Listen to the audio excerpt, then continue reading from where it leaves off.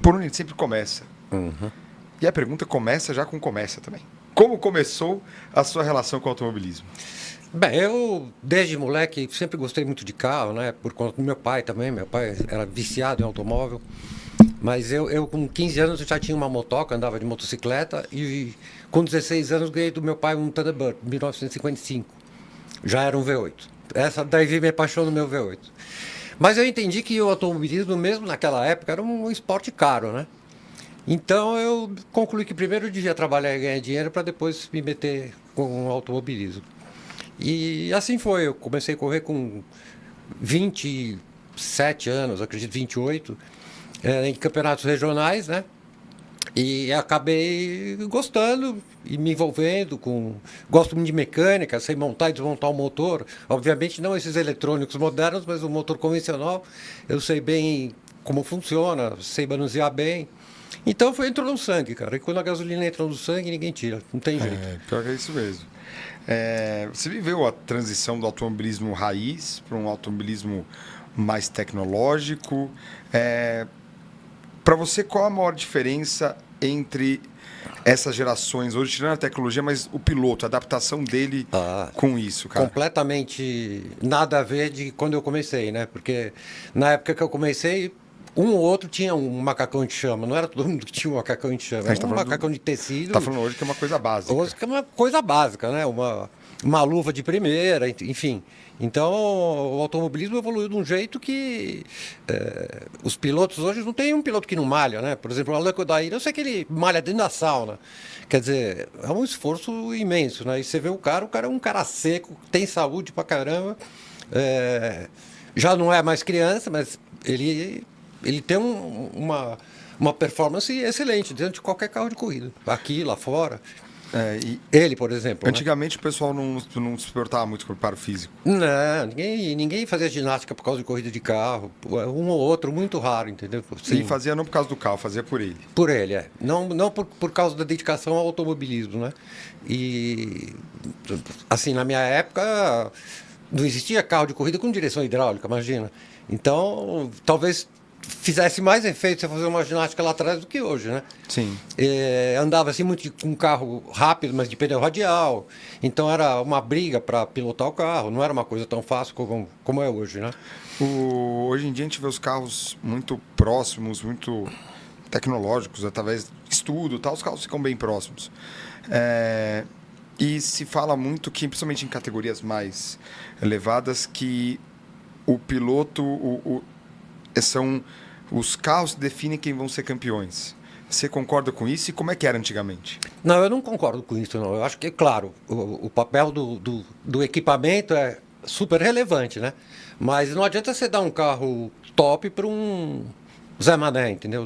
É difícil. O cara precisa ter habilidade de dirigir aquele carro lá, né? Eu concordo. Eu, particularmente, sempre gostei de carro dianteiro, de pilotar carro dianteiro. Mas aí, em 2000, quando lançaram a nova geração da Stock Car, que os tubulares da ZF, né, da Jafone, o Paulão mesmo um dia chegou para mim e falou: vem andar disso aqui, cara, você vai se divertir, você vai se divertir. Foi um grande incentivador. O Washington Bezerra foi um grande incentivador. O Chico, o irmão do Chico, o Afonso Serra, não sei se você sabe quem é, que era um grande publicitário, ele era um dos meus melhores amigos, a gente vivia junto, assim, o dia inteiro. E ele incentivou, o Chico incentivou, então eu falei, vou tentar, né? Apanhei muito no começo, mas depois comecei a entender um pouco mais como funcionavam as coisas. Como eu estava te contando antes da gente entrar ao ar, naquela época o Xande Negrão dizia que um segundo custava $10.000, que é um belo jogo de um amortecedor Rollins, por exemplo. E para aquela época a gente estava falando, é muito dinheiro. Para hoje é dinheiro, para aquela época, putz, cara. Pô, o orçamento hoje da Stock Car é um orçamento de gente grande. Sim. Né? Sim. É um orçamento de gente grande. Eu fico assustado às vezes, mas, enfim. O que você falou o carro com certeza é uma parte importante, mas que o piloto define, sim, não tem só o carro, porque falar, mas o Hamilton foi campeão 7 vezes por causa do carro. Tá bom, a Mercedes deixar o carro na mão de cabeça de vaga e falar, tem que ser o Hamilton. Pois é. Porque eu não posso ter chance de perder. Pois é. O carro é feito pro Verstappen, é lógico. Assim, automobilismo sempre tem o pulo do gato, né? Alguém conhece o pulo do gato e, e usa aquilo para poder ascender, enfim, a equipe e tal. O Hamilton tem a história do assoalho lá. Quer saber? Mérito dele, cara. Lógico. Mérito dele. Que talvez para ele guiar um carro com assoalho do jeito que ele guiasse, se não tivesse a habilidade que ele tem, não ia andar também.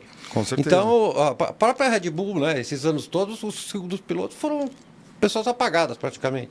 O carro é só pro Verstappen, não, peraí. Exatamente. Então o carro é muito. O carro é difícil e o cara tem que ser muito bom pilotar. É. O carro é muito bom se pilotado certo. Exatamente. E assim, é muito difícil alguém afirmar que o carro do Verstappen é diferente do carro do segundo piloto. Não tem como, cara, sabe?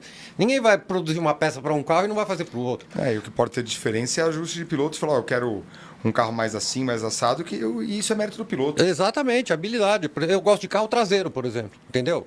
E ele vira mais rápido se o carro for traseiro. O Verstappen deve ter a característica dele que ele usa e sabe usar muito bem. Com certeza. Não é? Você viveu aí bastante tempo em corrida e eu queria fazer uma pergunta de... No começo da sua carreira, teve alguma situação muito caótica que você falou, que você viu numa prova, que você falou, puta cara... Você chegou a pensar, puta que pariu, o negócio é feio mesmo. Não, eu em 2003 ou 2004, eu peguei um Porsche 914, motor central, coloquei um motor 6 cilindros, com 580 cavalos, entre eixos, e montamos um 914 para correr 1.000 milhas. Quer dizer, todo mundo zoou a gente, a hora que viu a ideia, né? Mas fomos lá e acreditamos. Eu e um amigo meu, Zé Roberto Veneziano, fizemos o carro e começamos a fazer os testes, muito apertado sempre para variar, né? E aí largamos. Quando eram 3 da manhã, eu já não tinha tanta aquela confiança, porque eu falei, você acha que esse negócio não vai arrebentar, cara? Sabe, é um chassi bem antigo, né? 1974, se não me engano, com uma usina biturbo, era um demônio. 1.000 milhas, já que você estava correndo uma corrida de 20 minutos. Mas enfim, chegamos até 6 horas da manhã, a hora que o Herbert Gauss, que é um piloto também, é médico, ele estava na tocada dele, né, no stint dele, aí no lago, ele meteu 2 rodas para dentro da zebra, estava úmido, vamos dizer assim, aí desmanchou o carro. Desmanchou. Então, essa foi uma corrida que eu fiz e que eu fiquei preocupado assim, em saber, será que eu estou aqui num negócio tão seguro quanto eu imaginava, né? Mas assim, de boa também, tranquilo. E na sua visão sobre as decisões tomadas no paddock, mudam muito quando você está na posição de piloto para observador? Tipo, ser piloto tem uma decisão. Você como observador, comentarista ou só de fora?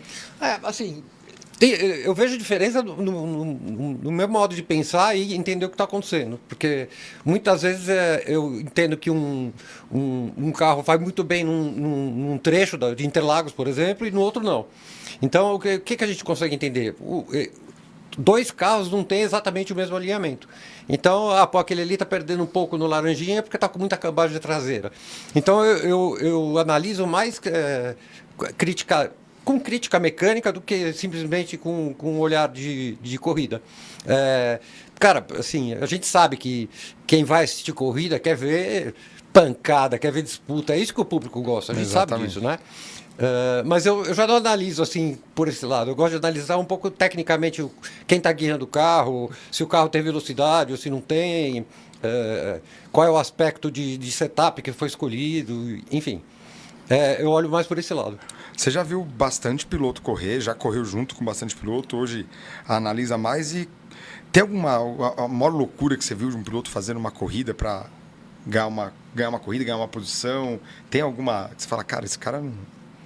Não, tem uma passagem engraçada numa 1.000 milhas dos anos 90, que o Avalone, o velho Avalone, correu com aquele protótipo dele, famoso, né? Eu acho que era o Hollywood e tal, e ele largou em último. Ele estava largando em último. E os caras não davam o sinal verde e o carro começou a ferver. Ele engatou primeiro e foi embora. Passou todo mundo e aí deu o verde e ele já estava lá na frente.